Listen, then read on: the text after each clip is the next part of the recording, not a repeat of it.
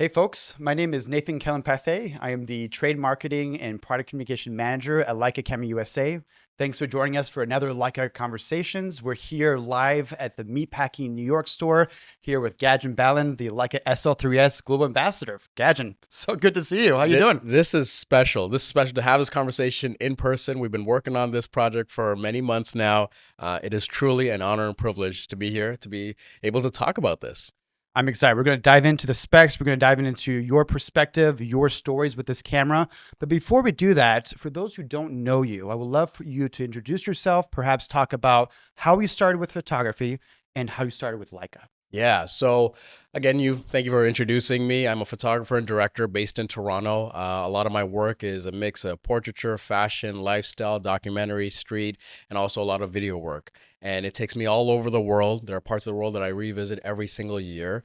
And my story, my beginning of photography, I think a lot of people can resonate with this. You often have maybe a person in the family that took a lot of photos, and you sort of gravitated toward that. Well, it was my uncle for me. He was the family photographer, and he would be going to the 1 hour photo, developing all these shots. And I just remember the feeling that would bring out of people. And I still have so many of those photos. And I think that's when the bugs started, where I started to gravitate and get interested. And, I'll go through it very quickly, but it's like I got into events, sneaking into concerts, shooting, working with promoters. Wasn't a lot of money in there, at least the way I was doing it. Moved into weddings and social events. Didn't find a lot of fulfillment and joy in that. And that ultimately brought me to the work that I'm doing right now, where I started to go after things that brought me a lot of internal fulfillment and trying to find a way where I can sort of turn that into a lifestyle. And I am extremely privileged to be able to do this and to use a camera as this passport into all these worlds and places and stories. And that's what I hope to do with everything that we create, right? Where we can go and share these stories that I find very compelling and hopefully inspire people along the way. And you shoot with a bunch of Leica cameras. I know you shoot with the M11. Obviously, you're shooting with the SL3S. How did you start with Leica? Is this something that you always want to do? Did somebody give you a camera and you shot with it and something changed? What's your story with that? Yeah, I've used so many cameras along this journey, right? And for me, initially, and I'm not embarrassed to admit this, is I wanted a Leica M6 simply as a trophy, something that was going to be a special camera for me. I just loved the way it looked. I loved what it meant for photography, right? Like a lot of historical images captured in this series of cameras. 6 is my lucky number. And so I just worked to save up and to get this thing. And I, again, went in with the intention that this would just be a fun camera for me, that I would just sort of get this once I felt like I earned it. Well, I had picked one up. I stopped over in a layover, met someone at Heathrow Airport. They were kind enough to meet me there, got me an M6 that was from my birth year, got a 35 lens. I started shooting with this, and I started to see my process of photography change. So I didn't know any of this stuff. I never went that far down the rabbit hole, right? For me, it was really about the form of something and having it as sort of like a personal item. It started to change how I created images. And it started to pique my interest as like, well, if I brought this into my work, into the things that I was creating, around the stories that I was telling, what could that do for my work? And that eventually brought me into the digital Leica world, right? It was around the timing where the M11 rumors were sort of picking up.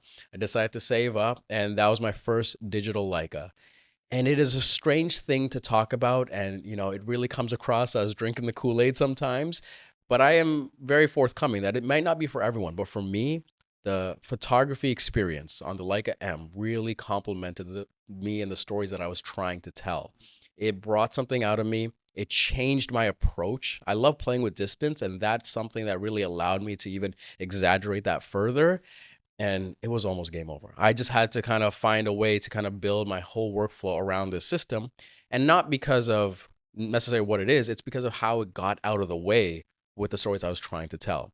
And that eventually piqued my interest of the SL series, right? So you have this system from Leica that was more modern, right? It was sort of the modern interpretation of mirrorless solutions. And I was thinking about, well, should we go for resolution? Should we go for something else? And I remember speaking to you as I had these questions. You introduced the idea of a Leica SL2S. And I thought this would be great to complement my M11, where I could have something with resolution when I needed it, and I had something that was speed, that's something that was much more versatile, something that could actually work in a wide variety of conditions, but also a manageable workflow. And I love that solution. It was something that at the time when I was researching, I couldn't find a lot of people sharing their stories about this. So it was a popular camera, but it felt like a cult hit in a way where the people that had it loved it, but they weren't exactly sharing why they loved it. And it was something that for me, I also produce a lot of social media content, and my personal journey is shared across YouTube and my newsletter. I'm like, okay, I got to build a story around this thing because I don't think enough people are talking about it. And the SL2S, it really took my work even further to a new height in a way that I didn't anticipate happening so quickly. But I feel like it was something that it felt so right for the places I was going and the stories I wanted to tell. Yeah, that totally makes sense. And I know that you're a cinematographer as well, and video is really important for you. We'll talk about that with the SL3S as well. How was that introduction to the video side of things for Leica? Because the M is a manual focus photo only camera, and the SL2S is most likely your first introduction to the video side of things, the Leica style, at least, of how we do things with video. How was that experience? It was surprising to me, right? So a lot of these modern mirrorless solutions that, operate in a hybrid environment, they'll have their version of a log format, right? And Leica, they have the L log format. And with the SL2S, you can capture this 10-bit footage in 422 in an L log format. And what that basically means is that you're getting a lot of color information, a lot of bit depth, a lot of great ingredients to go in and put into a post-production workflow. So at a very simple level, you can slap on the Leica LUT and have a pretty good look. And if you expose your footage properly, it's going to look good. But if you have a knowledge of color grading, if you have a colorist that you're working with, you can push this even further and craft something. And what surprised me about the SL2S was that I was creating footage that complemented footage that we were capturing on cinema solutions, like multi-$1,000 cinema solutions that we were using for documentary, for music videos, for bigger productions. I can go in and use this SL2S, even without a rig, handheld, and capture footage that could grade to that. And I would be talking to my cinematographer friends, because again, a lot of people weren't talking about this. And I would even talk to the colorists, and they were looking at this footage and like, this feels like really robust. Like there's so much latitude here, right? And sometimes we get caught up in how much dynamic range. We look at the number and like, oh, it's this many stops, so therefore it probably isn't good. But when you actually look at the tonality of the footage and how, if you expose properly, what you can do with that for storytelling, it was such a powerful tool. And I will share this story because we have the 35 here. I remember being on a highway. We were getting this shot where we had a woman riding Harley Davidson and a musician rapping to camera sitting in the back. And I just had the SL2S. We couldn't use a rig, all right? We couldn't use a rig. Had the SL2S with a 35 pulling focus wide open in the middle of the night. And we got this footage. And I remember just seeing how much we can do with this thing. It was like a playground in terms of color and tone and contrast. And that was sort of my moment where I'm like, okay, this is a serious video tool. Not to say that I'm going to force my entire productions around it, but I knew that if I had this by my side, I could get great ingredients that can complement the storytelling. Definitely. And I feel like that is a great transition to the SL3S, which takes all the ingredients that you just talked about and to the next level. And before we get into the video stuff, the photo stuff, one of the things I love about the SL3S is how it is very similar to the SL3. We've made some changes with the SL3 body. We have some more function buttons. We have some more dials. We have now a tilt screen. But one of the things I love about the camera as someone who lives in Seattle is the IP54 rating. And having that kind of weather sealing on a camera that is so powerful means a lot to me. And I know it means a lot to you because you traveled around the world with this camera, from India to Antarctica, from the hot to the cold. I'd love for you to tell a little bit more about your experience shooting with a camera that has that kind of security, I guess, when you're shooting in these very extreme environments. Yeah, I say this often, as the saying goes, the best ability is availability. And I don't care how many megabits, megabytes, stops, resolution. I don't care about any of that stuff. If the camera doesn't work, if the camera fails, none of those features matter. All right. It doesn't matter how robust your autofocus is. It doesn't matter how much internals, and none of that stuff matters. You need to be able to work, right? And what I loved most about this SL system is that what Leica did is they crafted around this solution, this sort of not a silhouette, but the sort of framework, I guess you could say, that is built around working in any kind of environment. Now, they won't say any kind for obvious reasons. IP54 is the rating that they go to. But for me, what I appreciate most, and talking to the people at Leica, is that they test it beyond the recommendations that are included for this camera, right? And in my mind, I'm like, okay, we got to find out how far we could push this thing, especially being involved with the launch. I'm like, I really have to know where the limits are.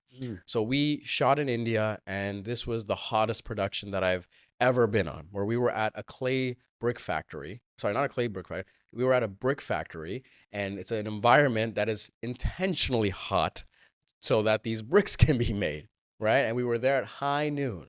And this was the first and only time across the many months we were testing this camera where the camera gave me a heat warning.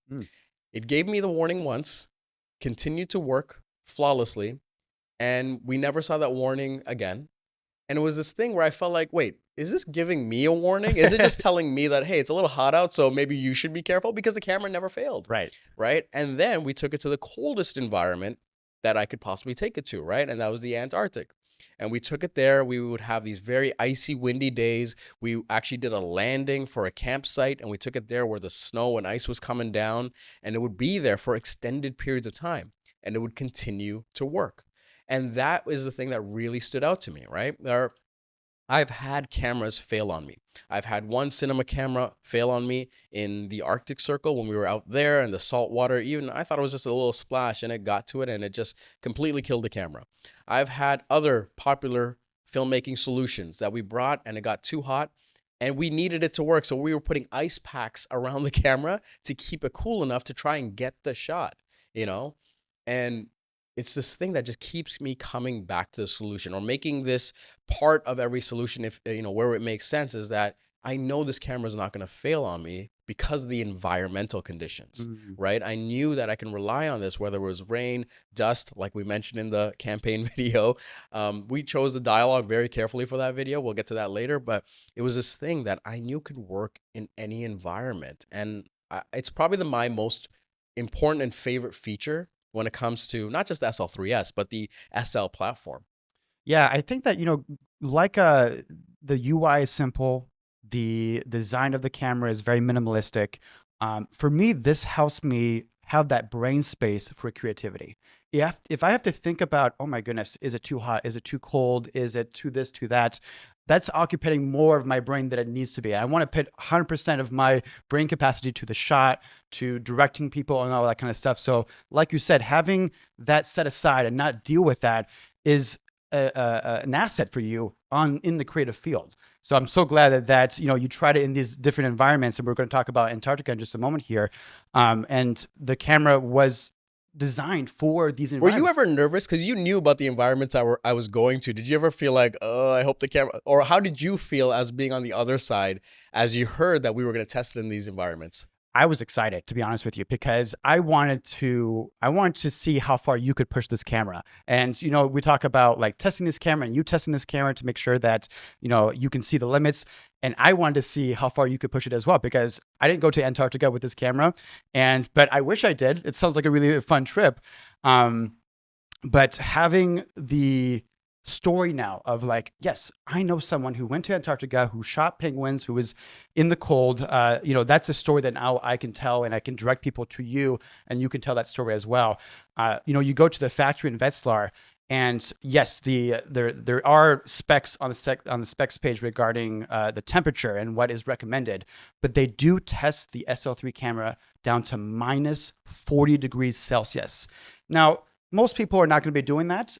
And, you know, but if you are in that situation, if you have a trip, if you have a story to tell in which you need to be in these, you know, intense environments, this is the camera to take. And so it was for me kind of a proof of, you know, that the ceiling does work, that the testing that we do is valuable. And it's the time and effort that we put to test these cameras so that you can tell these stories. And so when you came back from Antarctica, where we were texting and you're telling me about your trip, I was like, I'm so happy. I'm so excited that like this is a real world example. It's not just testing. It's actually you capturing footage and shooting and having that experience. That was really fun to see on my side. Yeah, thank you for that. Again, it was one of these things where I intentionally want to push this as far as I could define those boundaries, because these are also points of learning for everyone involved, right? And I'm conscious of the design team, the engineering team, and they put so much effort into that I feel like I had to sort of try and match that effort with where we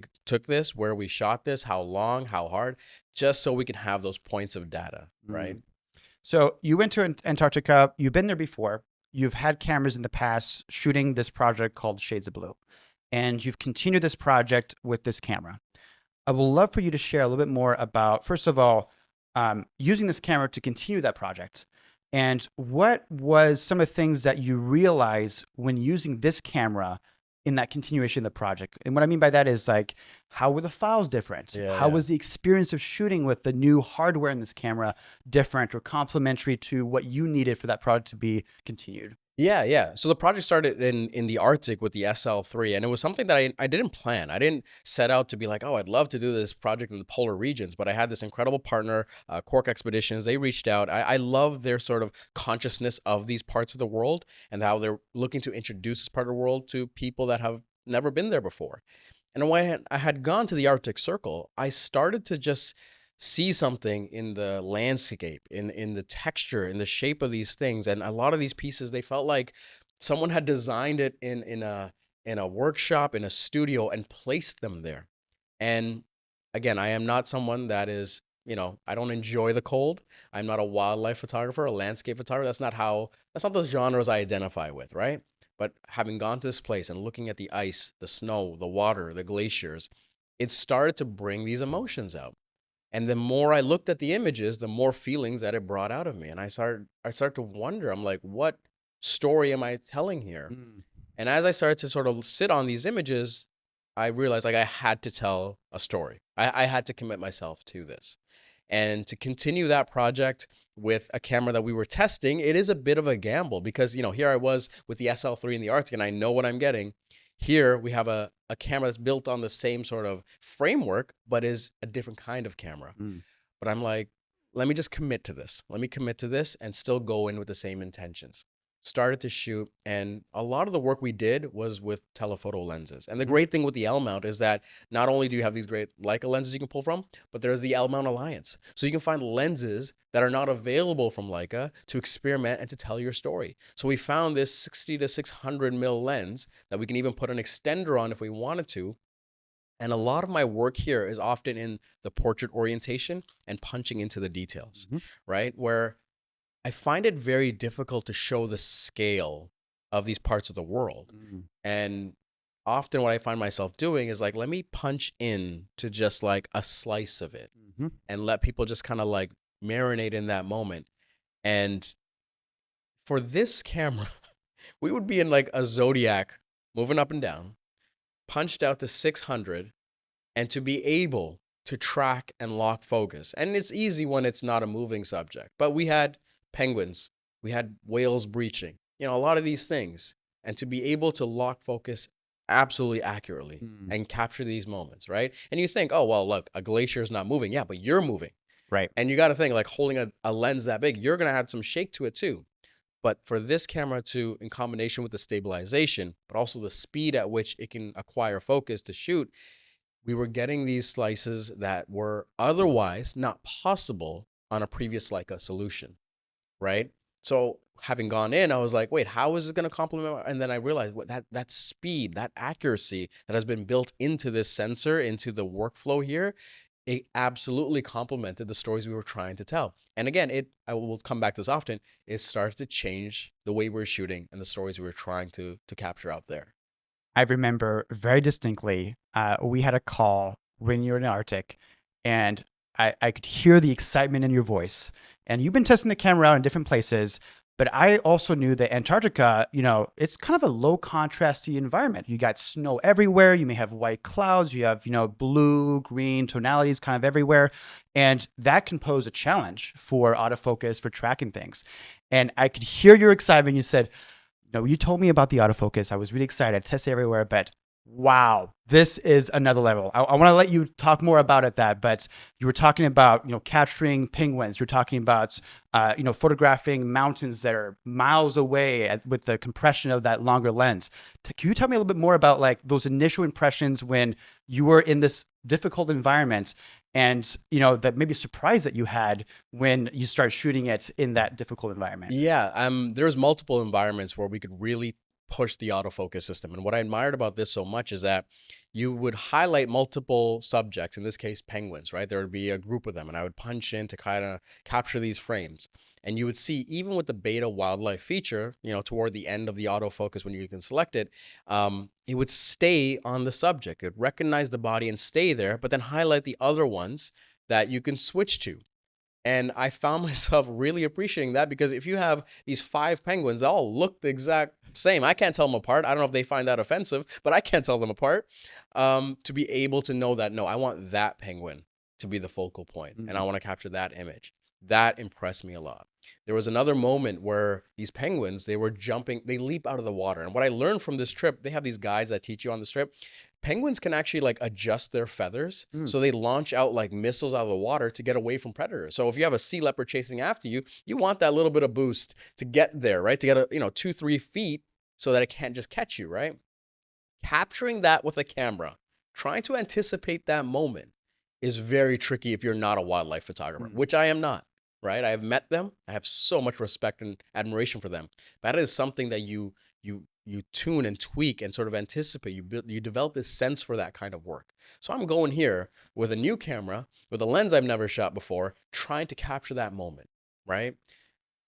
To be able to capture that shot, and I have it on my profile, and hopefully we should probably have it up right here through the magic of editing, to be able to capture that exact moment. A penguin is leaping out of water, and you have the splash and the spray behind it. Where this camera, you have the autofocus features on, you can go as fast as 30 frames per second with continuous autofocus, and to capture that exact moment, whether or not this is a photo that people would associate with me and my work, it probably won't even be in my Shades of Blue project. This was just a technical showcase. I wanted this photo to show people that if this conversation ever came up, I'm like, here you go. Here is the image that shows you how you can push this thing.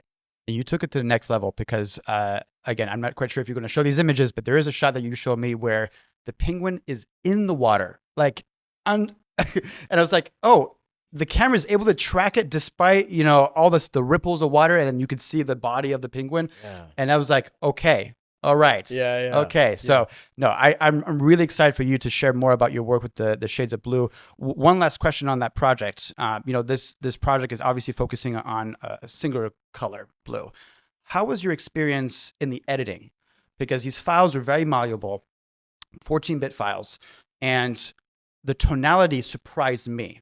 But I haven't had the experience that you had of editing basically a shade of a single color and getting that tonality to where you want it to be. Can you share a little more about that? Yeah, I will start off by saying that anyone in Germany, Leica, watching this, I want to sit down and have a conversation. I am the kind of person that is committed to the art, the storytelling. And then when I see things and experience things, I want to find out the science behind it.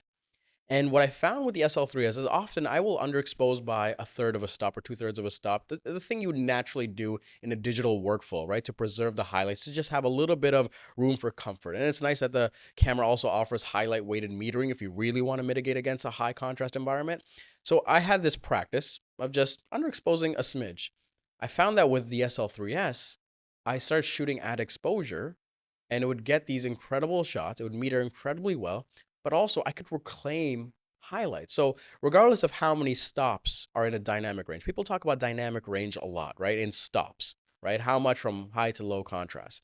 But there's also tonal range within each stop, right? How much gradation do you have within that stop, that color and contrast information that's there? Yep. And what I found with this is that I don't know what they're doing, and I want to find out, but their ability to capture so much information per stop allowed me to capture these low contrast environments, but through the editing process, bring out stories within them, right? Bring out blues that you quite can't appreciate with your eye in that moment, but through the editing, you're actually seeing them kind of punch out and come through.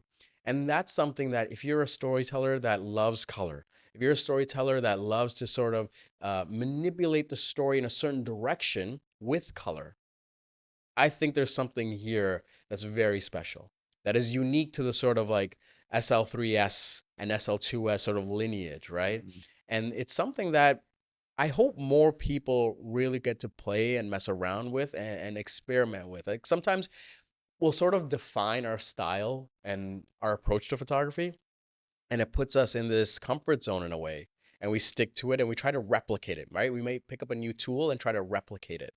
But I think the beauty with this camera is that I was trying to get out of my comfort zone and discover new workflows. Mhm. And it really did happen with the solution. Let's talk a little bit more about your portrait work. This is what I think a lot of people know you for. And in this particular project, you did this incredible series with the color red, transitioning from blue to red. And I think, first of all, tell me more about this project. You know, how did it come about? How did you envision it? Why red?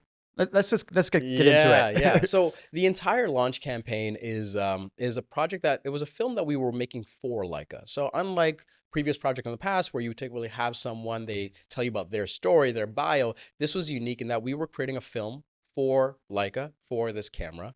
And it started with me just ideating on a few scenes. Like what are some environments I want to capture? I want to satisfy the sort of marketing and branding needs for Leica, but not compromise who I was and the authenticity that, you yourself and the people at Leica had asked for. So I started to isolate these scenes and I thought, you know what?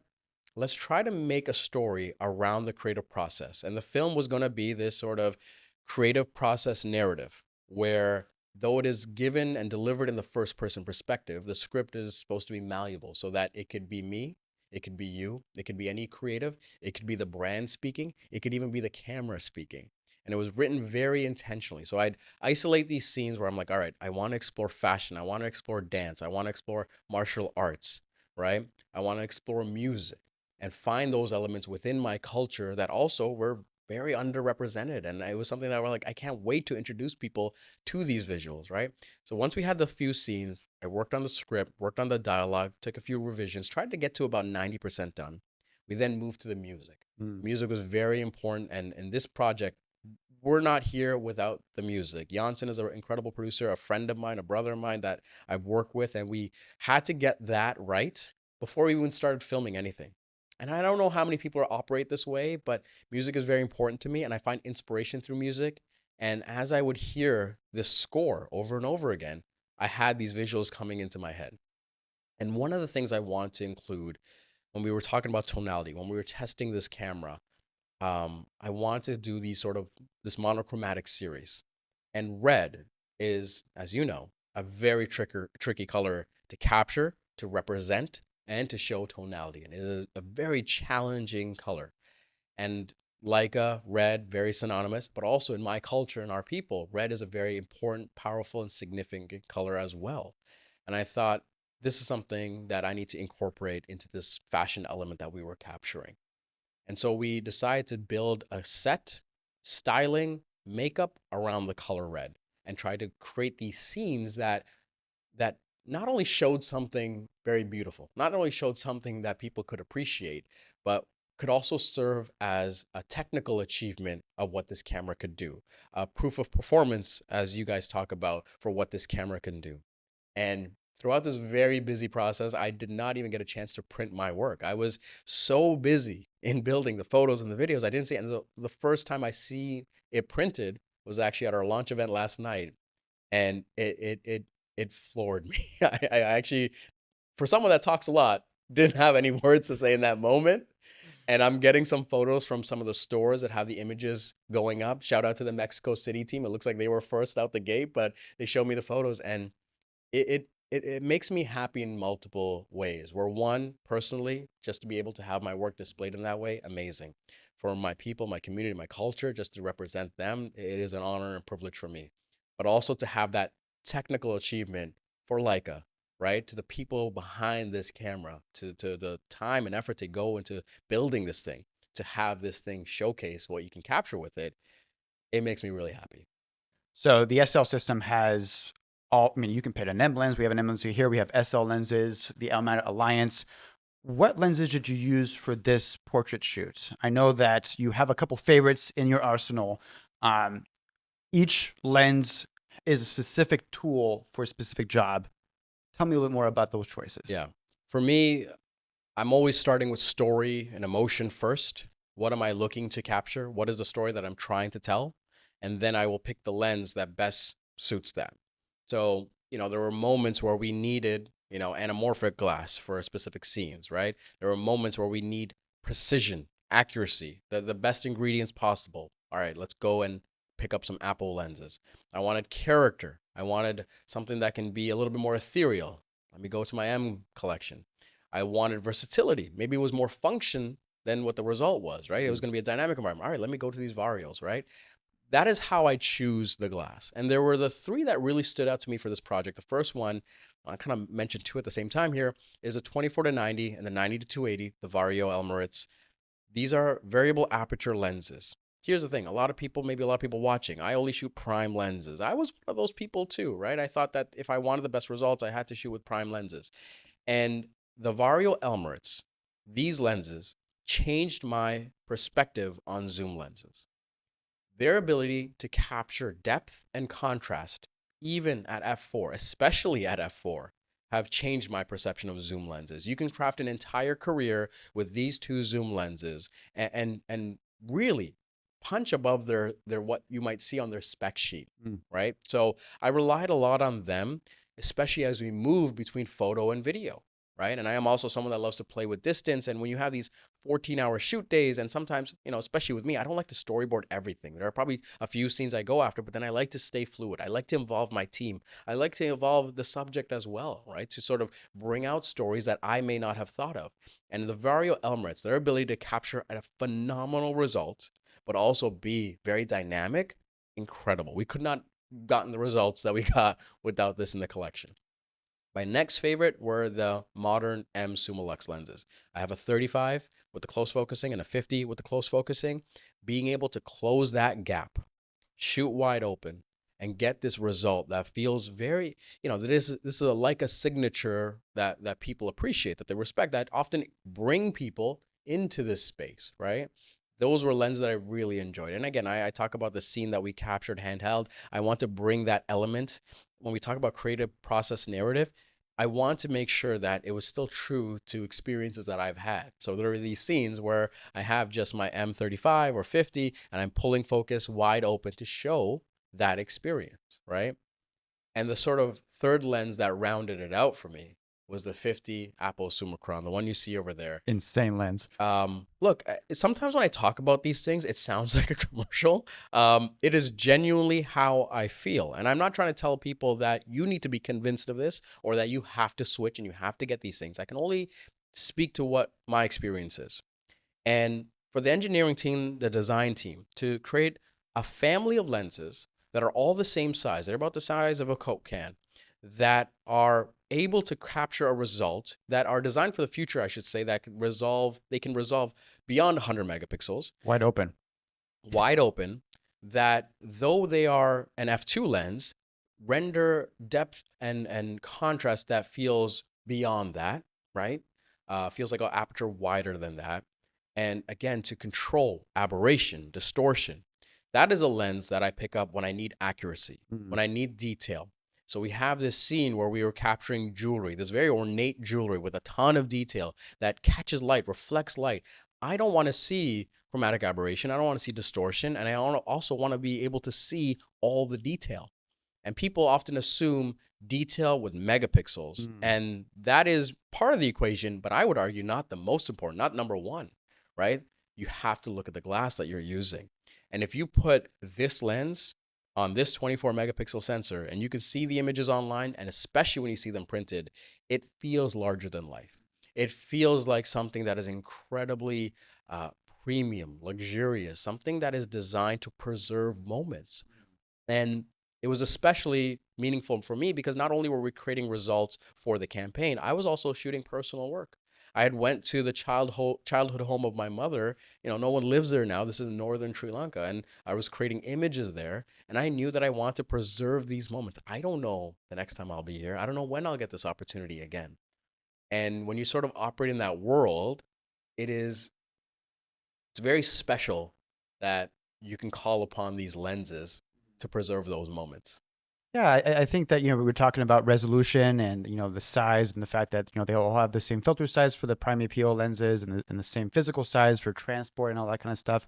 But, for me, it's the investment of, like you said, they designed to resolve over 100 megapixels wide open. There is no 100 megapixel full frame sensor on the market. Maybe there will in the future, who knows? But if there is, you can still use this lens, and that's wide open. So having the ability to, buy a lens once and keep it for decades later, that's kind of the Leica tradition that we've had for a very, very long time, and something that we've done with the M lenses as well, as far as just the amount of resolution that these lenses offer. I think it's again going back to that kind of brain space of mine. Is like, I don't have to think about, oh, do I need to stop down to get everything that I need? Nope. I can shoot wide open if I want to. I can stop down if I want to. It's really a question of, do I want depth of field in my shot or not? And it's a creative choice rather than, oh, I need to stop down to get the resolution that I need, to get the output that I need. And for me, there's something very satisfying about having a lens that can resolve more than your sensor. I don't know what, I just feel more confident when I'm going out to shoot. When I'm shooting something, I know I got it. There's no way I don't have it, because it is resolving more than what the sensor can even see. There's something really fascinating, at least for me, on that front. If we dive a little bit more into the hardware of this camera, this is the fastest Leica camera ever built. And one of the reasons for this is because it's taking the same internal hardware as our flagship SL3 camera. It's got the Maestro 4 processor. It's got the 8 GB buffer. We have access to a CF Express card. Thanks to this hardware, we can shoot 30 frames per second in autofocus. You can shoot 1,000 images in 14-bit in the buffer without stopping, which is pretty incredible. How has this newfound speed helped you in your work? Yeah, again, I think it all culminates into a solution that starts to melt away. It's great to have these things to call upon, to speak to have as talking points to show on a spec sheet. But ultimately, what is most difficult to convey is that it delivers an experience where you're not conscious of the camera as much. And I think that's what I respect the most, is that it just sort of did what I needed it to do. So that in the moment, when I am switching from photo to video, it does that very efficiently. And I can build video profiles and photo profiles and have them unique to each one and quickly move between mediums. I can then capture without anything really impeding that, right? I could just capture, and something like a CF Express card slot allows for that bandwidth, photo, especially video, to capture without any point of failure. There are solutions on the market that will advertise a specific feature, and then it's like, oh, well, you actually can't do that because you don't have the right card, or you don't have this, or it's only available in this mode, or we have to switch to the hertz because and that is something that makes you conscious of the tool you're using. It's not a massive hurdle, but it makes you more conscious of that. You are suddenly taken away from the moment.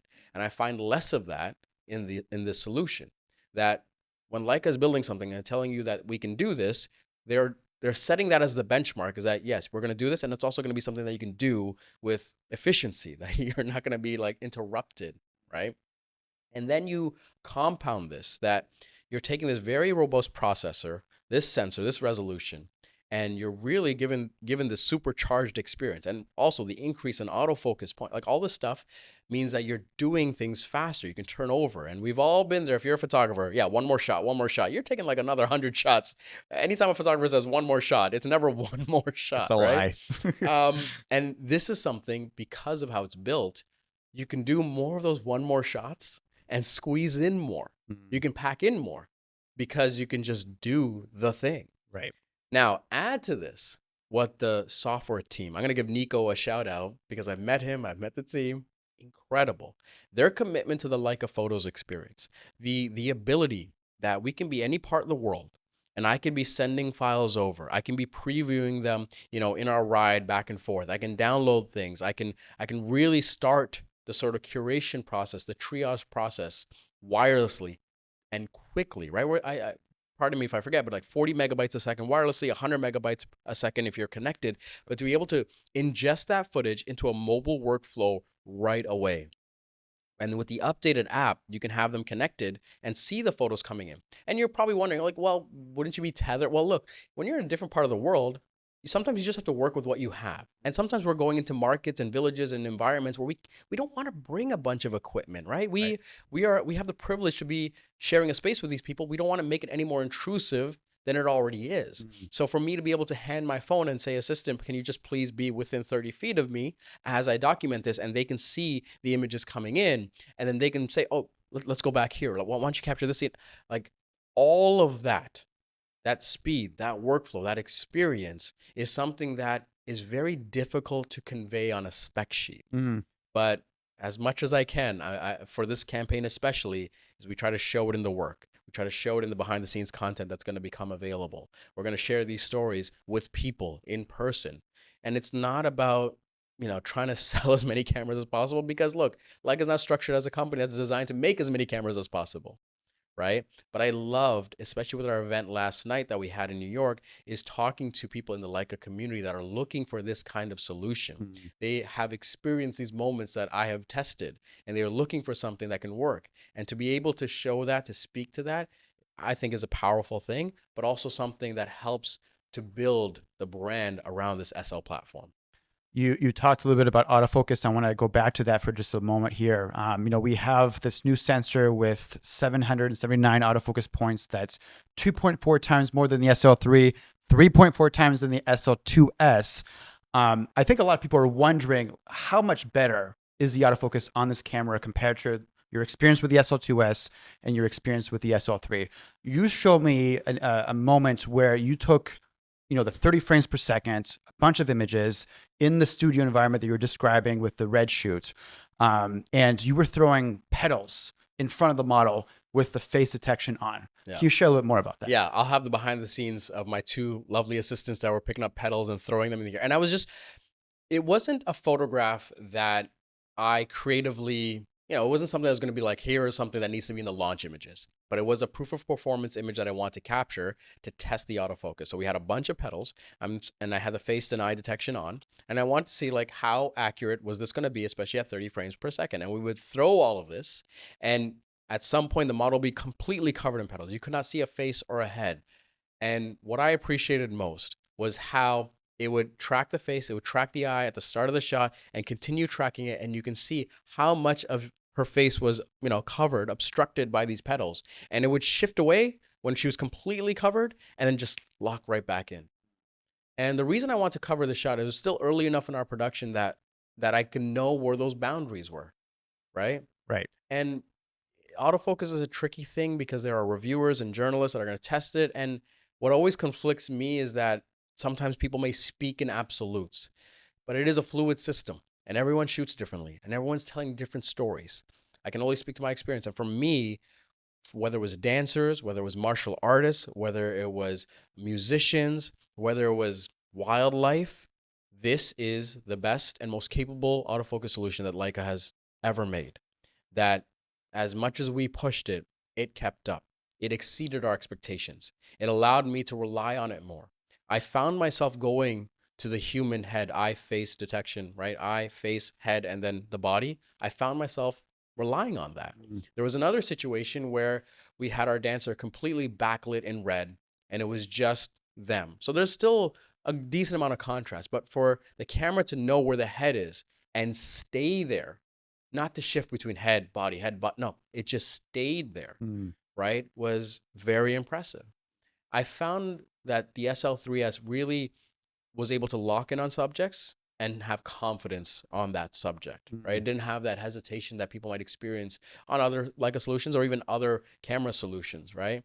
So as this was happening, I don't think you made the autofocus points public at that point, but when you gave me the specs, I'm like, oh, okay, yeah. If you're doing 2.4 times the points and you're taking the same processor and putting all that speed, it makes sense now, right? And I think for people that are doing events, I'm thinking weddings, concerts, parties, people that have, or sports even, right?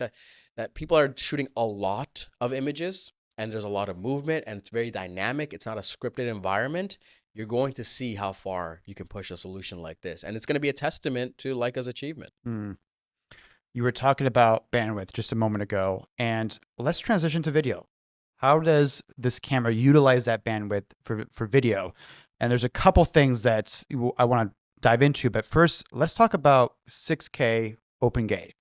First of all, why would somebody use 6K open gate? I think that that's probably the first question because, before with the SL2S, this wasn't a feature available. So what are the advantages from a creative standpoint you get when you shoot with this new resolution and the fact that you're able to carry this time the full frame sensor?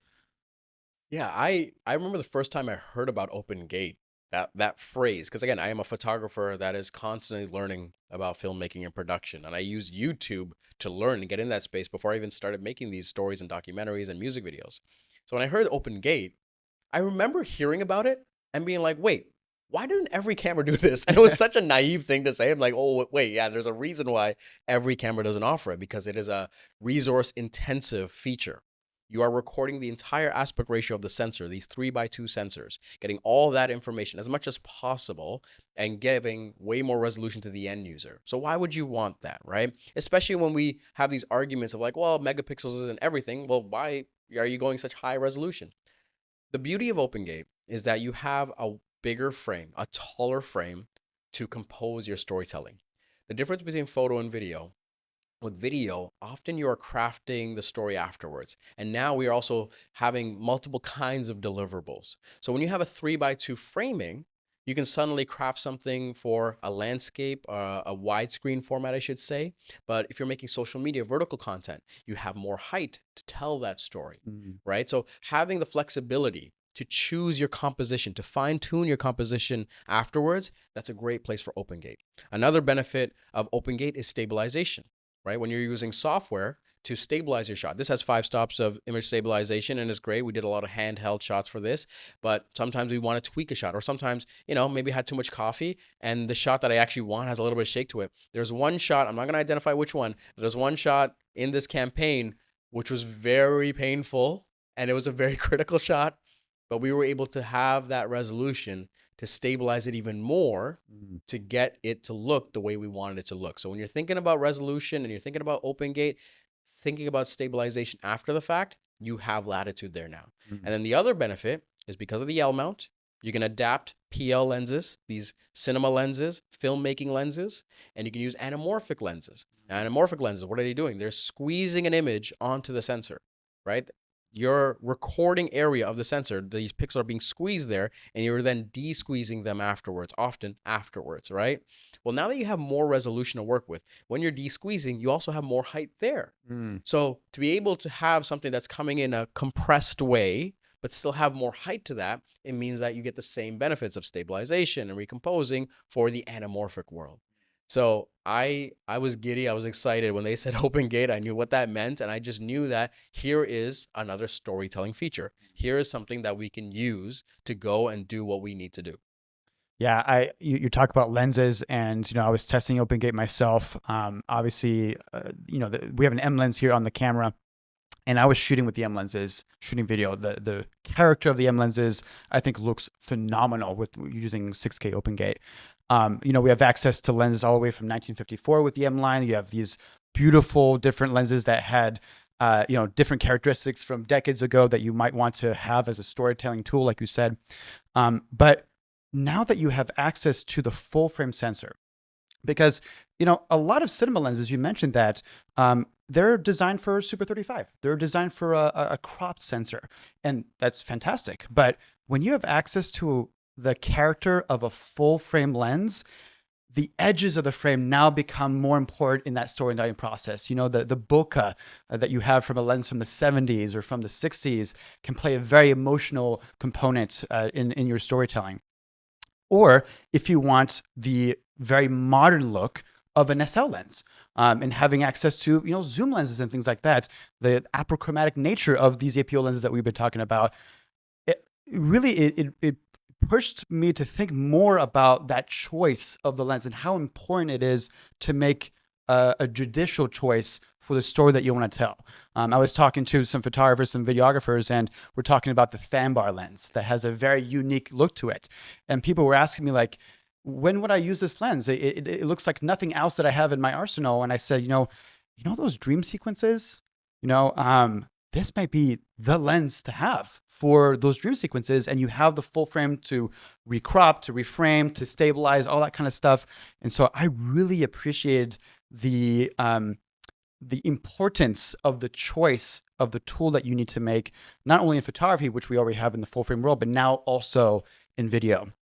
And I want to transition this conversation to the Cine 6K ProRes 422 HQ that is internal. The fact that we have 8 gigabytes of buffer memory, we have access to CF Express cards that really have fast read and write speeds. Anyone that just jumps into this part of the video is like, what are these nerds about to talk about? Because we're going to say Cinema 6K, 10-bit 422 HQ format in ProRes. And like, they're like, what nerd podcast did I just join? But we'll put a chapter mark for sure on that moment. This is special for us. And I'm so glad you brought it up, because I love being a person that can sort of translate how these specs and features relate to creative and storytelling. And so when you have something that says ProRes, Cinema 6K, 10-bit, 422 HQ, what that means is that ProRes format is a format that is very easy to edit and ingest by modern computing, from laptops to desktops. It's a very easy, it doesn't have so much compression into it. It doesn't use a lot of resources to manage that format. And then when people say 10-bit 422, what you need to know from that is you're getting a lot of color information. A lot of color And dynamic range is going into that, right? And then Cinema 6K, well, 6K resolution, just a smidge under if you want to be technical. And then in that widescreen 17:9 format, right? So that is the size of it. So you have a lot of size, a lot of resolution, a lot of color information, and a very easy to edit format that you could even transfer to your phone and start that process on your phone. And to be able to do this internally on a camera, where you don't need a rig, you don't need a cage, you don't need a monitor, you don't need you can just put this on there. And I think about, being a father, and it's great to capture these photos, but so much of the magic of your kids is the things that they're these kinetic creatures that are expressing themselves, and often expressing themselves in the most honest way where we don't anymore. That gets beaten out of us, right? And to be able to capture and preserve a moment with that much information, color, and resolution, right? Even if it is just like a 5 or 6 second moment, is so powerful. It is something that I played around a lot. Again, wide open on these M lenses and manually pulling focus on this 3-year-old that just doesn't want to sit still. And to have that and then mess around and see what that created, it is so much power that you can bring it to a cinema projector, where we created an HDR edit for the Leica Cine 1. But just something as simple as preserving a moment with someone you love is phenomenal. And, of course, with that resolution and that bit depth, the color information that you just talked about, the file sizes are quite big, and the ability to, of course, use that CF Express card, but now the ability to also transfer that information to an SSD, which, affords you. I'm smiling because I remember being in Wetzlar, early 2024, and they're announcing the SL3, and they're like, any question? I'm like, hey, SSD recording, when? And I could talk about it now, because when I had mentioned that, they mentioned it's something we're working on. It's something we're working on. And when you had told me that this camera, even in its early stages, had it, I was so happy. Not even for Leica, just for the storytellers out there, because here's the thing: is like, people will make this joke, is like, oh, you're buying this, pretty expensive. It's an investment when you're investing into Leica, because you're paying for this product, right? You're paying for the engineering, the design, but also you're paying a bit for that brand, right? This is something that people know about Leica. And then they think, well, you're spending this money, like, why don't you just buy a CF Express card? Like, why are you trying to get it cheap? It's not about price here. We would be in parts of the world where you could not find a high capacity CF Express card. And now we're shooting 2 shoots a day for 14 days straight. And there are times where we need to offload and manage footage in a very, precarious way. You don't want to format, you don't want to get in the habit of formatting cards often. Mm. So to be able to be in a part of the world where finding a 1 terabyte SSD is just going to be much easier than a CF Express B card slot in this point in time. Mm. It's more ubiquitous, it's more accessible, and it just also happens to be more affordable. So to have this feature, it meant that, this is not in the campaign, but I was also shooting some personal projects. We were filming a documentary in northern Sri Lanka, and the SL3-S was a B and C cam in some environments. And for these interviews, these talking headshots, right? They can go for an hour or even 2 hours. To have a 2 terabyte or 1 terabyte SSD that we can plug in and we'll record in the format we need, and it'd be right on that SSD. And then I can just take that SSD. I don't need a card reader anymore. I can just plug that right in and start ingesting and managing that footage. It is That's the key right there, I think, because it's the Yeah. workflow that, I mean, yes, Yeah. of course you have bigger sizes, but you're usually working with a team, or maybe you're working by yourself, and the ability to just be like, here's the hard drive, that's all you got to do. And everybody's like, oh, we're ready to rock. It makes things so much easier and faster when those moments where like, hey, I got a lot of stuff going on. And that's, again, one last thing I got to think about. And then when I give the SSD to somebody else, I still have SD or CF Express cards in my camera, and I can continue shooting, or I can get another hard drive. So I think just the ability to have an additional way to save data in your arsenal as another tool. Some people may prefer it. Some people, might go with the CF Express card, and that's their workflow. But again, adding the ability to do something different, to add to that arsenal, I think is really, really important for a lot I of laugh people. because everyone's asking for internal storage, and I'm like, well, at least they give me external storage, so I can put in a CF Express card, and I can put an SD card, and I can put a little attachment and have another SSD there, so I can roll around with a few terabytes in something that fits in my hand. So you know what, Leica, thank you for that. That is a feature that I might be more excited than most people, but it is something I'm very passionate about. We talked a little bit about so ProRes 422HQ. Again, like these are huge files. We're clocking around 1.9 gigabits per second. Again, very technical. If for some reason that is not enough for you, I mean, really, I think it covers a lot of bases for a lot of people. You have 6K raw abilities, and you have to use an HDMI recorder for this because that is a tremendous amount of data coming off of there. But if you need the most dynamic range, the most color information, extracting the very best of what the sensor and processor can do for the very best output that you want to have, then the raw is available to you. Can you tell a little bit more about, that particular workflow of like, when would I need that much dynamic range? When would I need that much kind of color?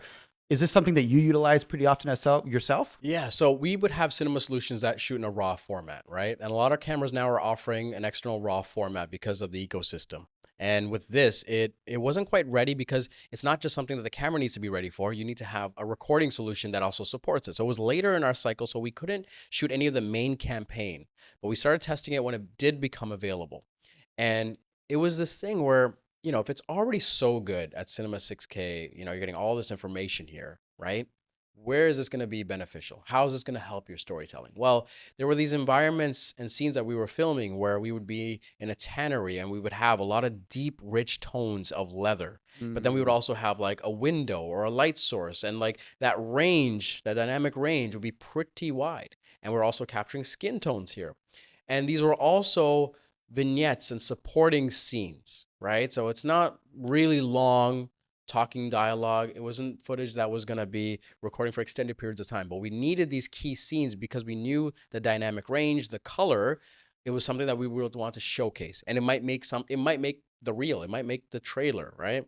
That's a place where I would look to raw recording, where again, it is about getting the best ingredients possible. So being able to capture that and know that I don't know exactly how much more, let's just say, latitude you're going to get. And I hope that in my conversations with Leica, they start to share that information. But raw recording just gives you a little bit more latitude so that when you're back and you're sitting, whether you're editing or you have an editor or you have a colorist especially, they just have more bandwidth to craft that story. And that's something that I look forward to pushing that beyond. The camera just came out. We just announced all that kind of stuff. I look forward to testing more of that and seeing again where those boundaries are. Yeah, it's pretty surprising. I mean, we're at 10-bit with the ProRes 422, and now we're at 12-bit, and people are like, That's just 2 more bits. Like how much could that be? It's a lot. It's a substantial Because amount. it's logarithmic, Exactly. right? Yeah. It's not a linear relationship. So when you go from 10 to 12-bit, that is significantly more information. And when you translate that into storytelling, again, it is a decent amount of latitude that you're going to get. But as a creative, as a user, you need to know when and how to use those things, right? We talked about sending information to the SD, CF Express card, SSD. And we have a little preview that we are going to announce another way to ingest data, which is the ability to transfer content to Frame.io, to a server somewhere else in the world, to have someone else maybe on your team who's not with you, but is in a different country or a different time zone, that they can see the dailies of your shoot. Tell me a little bit more about how you would use Frame.io and why is it important to you? Yeah, in a world. I like learning a lot about the sort of technical sides in the creative process and not forcing it, but finding these solutions, learning about them, and having them to call upon for specific environments. And with Frame.io and the speed and the software and the consistency in which it works, where I just know it's going to be rock solid for the work that we're doing, I'm imagining an environment where I can be in the field. I can go into a village. I can be by myself. I don't need a team of people around me, right? I can do these documentary moments. Have this device connected to a mobile device. Maybe it's a hotspot, maybe it's my phone. And as the scenes are coming in, it is being transported through the internet, right? Through 5G connection, especially as that becomes more and more ubiquitous, to my assistant, a team somewhere else in the world, right? Where they're seeing these scenes coming in. And they can then pull these scenes and start to organize and triage them. Mm-hmm. And by the time I get back to my desk, I have selections already laid out for me. Mm-hmm. But let's take them out of the picture. Maybe it's just me, but for me to actually go and capture these scenes and it's being transferred now, I already have 2 copies. I have a copy on my camera, maybe 3 copies. I might have 1 copy on the CF Express. I might have 1 copy on the SD. And now I have a 3rd copy in the cloud, ready and available for me, already, backed up in a way. Yeah. Right? So you're talking about security. You're talking about speed. You're talking about just elevating this workflow, right? I'm very excited to test this out and especially integrate it into solutions that feel organic and authentic to what we're trying to do. But it is a powerful thing. And I'm also curious about how it'll work with video. Mm-hmm. Now imagine going to places and we're filming these scenes and we are in an environment where we have the bandwidth and we can send clips and video, right? And even if they are just proxy solutions, those are being sent right to the solution, and we can have someone working on edit. I'll give you an example. There are environments where we'll work with musicians and they're doing a concert or a show, and we want to turn over a quick 30-second hype cut right away. Mm-hmm. Like the show's done, right? We want to share something right now to tell people, hey, this is what you missed, or buy tickets for the next event. I have friends that we travel with often, and we're on a tour. We're going to multiple cities over the course of a few weeks. We want to keep that excitement going. Well, now, instead of me trying to go back and download and wait for the footage, imagine, this is something I'm looking forward to testing, but a place where you can send this footage and it's already being ingested, and I can have someone or even myself later come back, pull that footage, have the edit starting. Yeah. Imagine a place where the edit can be started even before you finish shooting. Yeah. So again, this is something that is new. It is coming to this solution. So we can't say with confidence, exactly what workflows you can do. But I am imagining these environments, and I'm getting very, very excited at the possibilities when it comes to storytelling. Again, speaking to the speed of things, you don't have to take the time to put it on a computer and then send it somewhere else. I mean, I'm thinking about photojournalists where something's happening right now and we need to publish and we need to talk about it right now. Having the editor looking at, what's going on and making that selection as it's being posted, that's going to be critical. So I'm really excited as well to see it being implemented in the future. We just talked about photojournalism, and one of the things I'm really excited about is for the first time ever in an SL camera, content credentials. Content credentials is incredibly important because it allows you to understand the provenance of the image that you're seeing in front of you. And this can be important for both people that want to make sure that the image has not been doctored, or if it has been doctored or changed in any way, you can see the log of all the changes that has occurred, but also for artists that want to encrypt their name into a particular file. Can you talk a little bit more about your experience and why content credentials could be important to you? Yeah, I think especially if you find yourself in these chance environments, if you find yourself in a precarious environment, or you want to add another layer of authenticity to the moment. And sometimes it is just for yourself, your own peace of mind. Being able to do that at a technical level that is encrypted, that is unique, that is something that is not a watermark on top of the image. I hate watermarks personally, but to add this digital signature that follows this file wherever it may go is a feature that I feel like is going to get more and more valuable over time. With the advent of artificial intelligence and user-generated materials and things that are being conceptualized from previous things, I think this is something that is very powerful that I love that so many important brands are getting behind, institutions, publications, and companies, but also something that it's already starting to feel ubiquitous, that I can then take this file, go to the content authenticity website, drag and drop, and see everything right away. There's no like subscription or anything. No, you could just see it right then and there, right? I am interested to see how people integrate into their workflow. There's sort of the easy way, right? Where journalism, you can see that being prominent there, and documentary work, but there is something to be said about personal work, right? And building a library and when you turn this feature on and off, because it is a toggle. And so I think about scenes where I went back to where my family grew up. I think about the schools that we work with, the welfare schools that we work with, and these moments where I'm like, let me actually turn this feature on for this moment. Yeah. Right. And let me just have this sort of rock solid. I don't want to use words that feel so absolute, but like this rock solid file, right? Yeah. That preserves this moment that happened. And I talk about photography being time travel. I gave this talk years ago and I actually published it again for my newsletter, but photography is time travel, right? We think about time travel, right? For me, like you really let yourself sink into an image and you can have an image take you somewhere and generate these feelings and these emotions. And you might have a smell, a feeling start to overwhelm you, right? You start to think and ideate in these moments. And like you feel like you're experiencing something sometimes when you look at an image, right? And with that in mind, to sort of have this encrypted signature that further solidifies what photography is, Yeah. right? Like photography, me, what makes it unique is that it is time travel in the sense that it is a moment that happened and you can edit it, you can manipulate it, but at the core, right? Especially when you're talking about mobile photography and how they're already enhancing it with HDR, they're putting technology, but at the core, that moment happened. You pointed a lens and a sensor at something to capture that moment. It happened. And that is what makes photography time travel for me, where with artificial intelligence, there is no origin point. There is no point of origin for that. It is something that was generated. And there you can do immense good with it. It can be a creative catalyst. So I'm not trying to throw it out the window.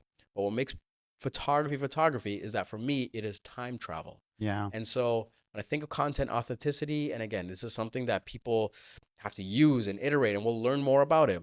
But at the very core, it adds to that point of origin that makes photography photography.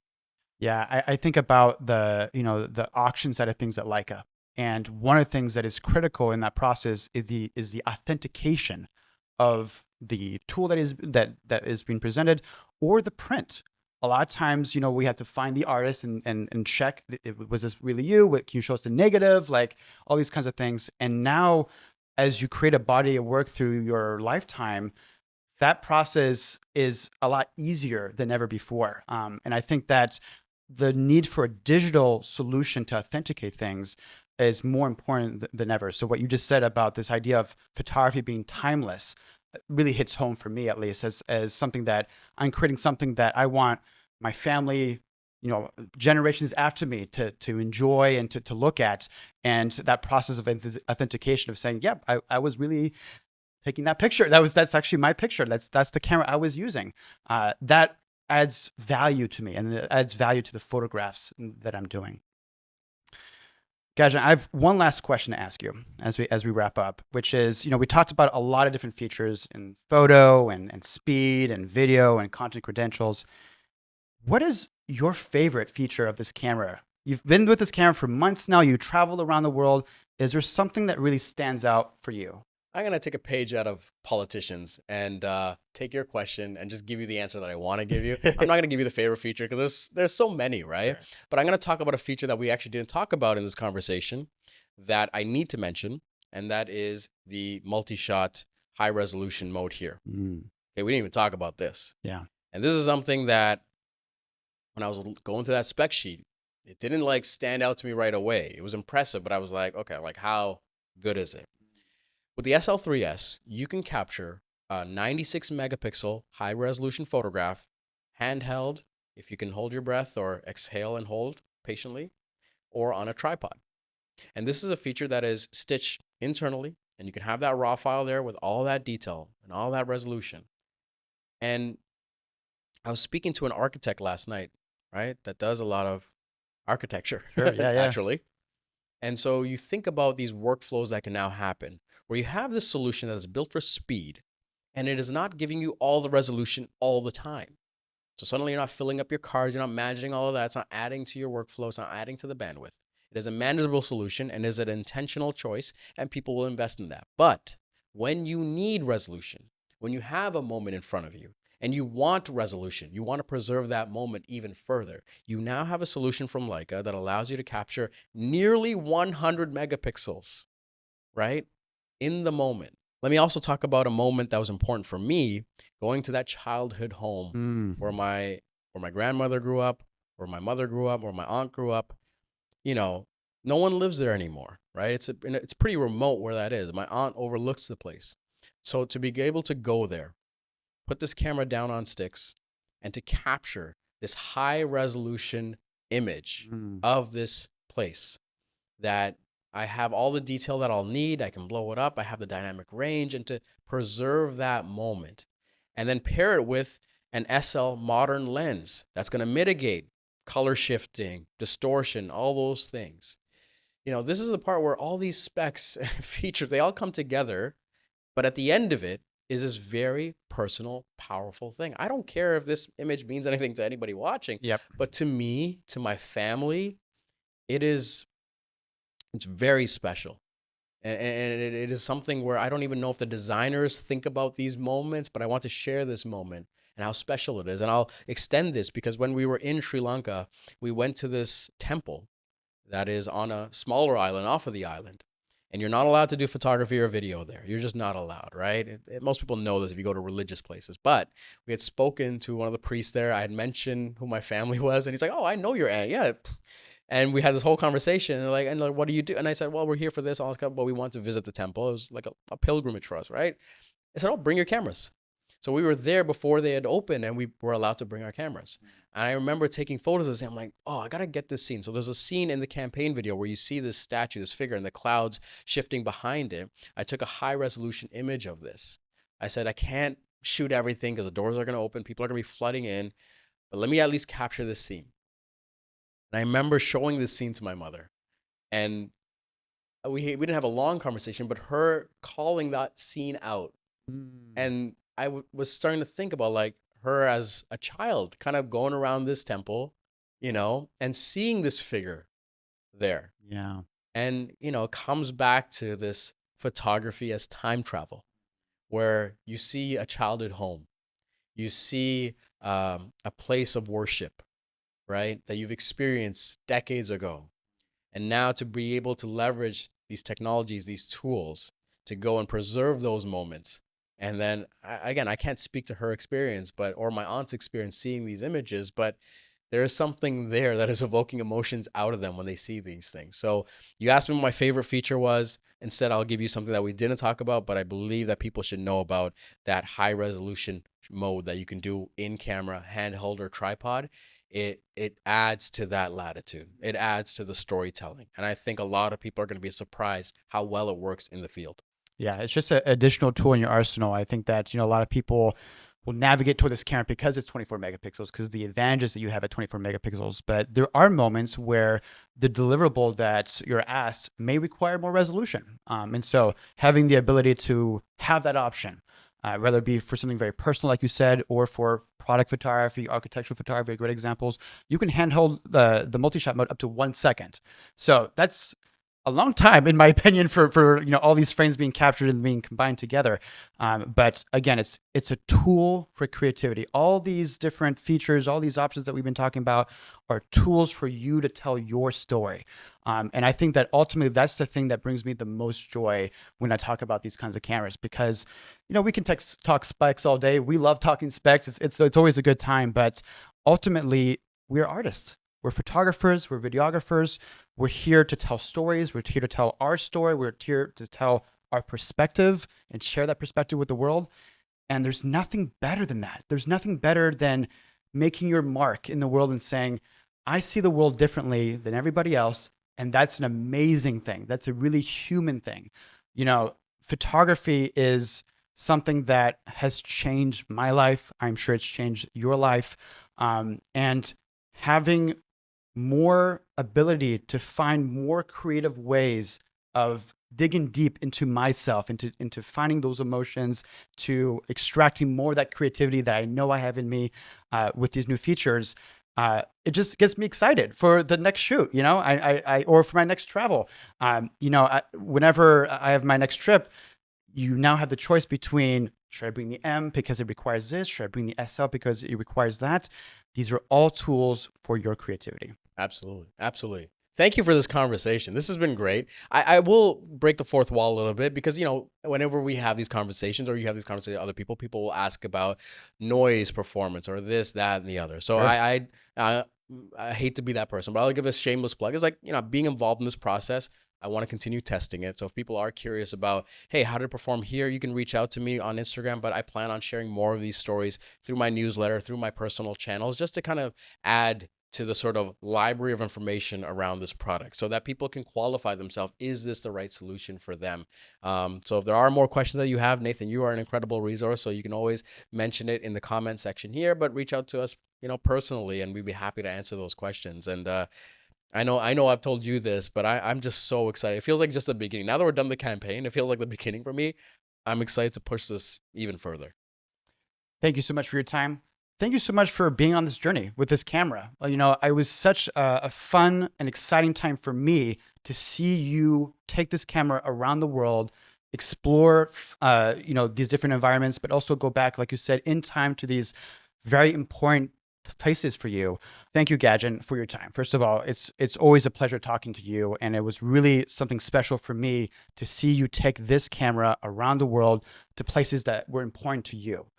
As I started to see these images that you were creating, I could tell that it was much more than just a campaign video that Leica was asking you to do. I could tell that you were putting your soul into this project. So thank you for who you are. Thank you for taking this camera around the world and testing it and bringing these amazing images. And again, thank you for your time today. Thank you so much. I'll just say that it was an incredible honor and a privilege, the team at Leica, to give us this trust to allow us to tell our story. And it is strange, and I will mention it here, a lot of people have congratulated me, have thanked me, and I don't know, it doesn't seem to stick because I truly feel that this was a team effort. The team that I had around me to bring the story out, the cinematographers, the producers, the fixers, my family that came together to make this happen, the people that are in the credits of this video. It is a shared victory for us. But also, I'm just so excited for our community to kind of see these stories being shown in this way. So thank you to you for being along this journey, to be an excellent guide along this journey, and the Leica team. And let's, I said this a lot. I just want to shoot. Let's go. Let's go. Folks, thank you so much for joining us today, and we'll see you in the next one.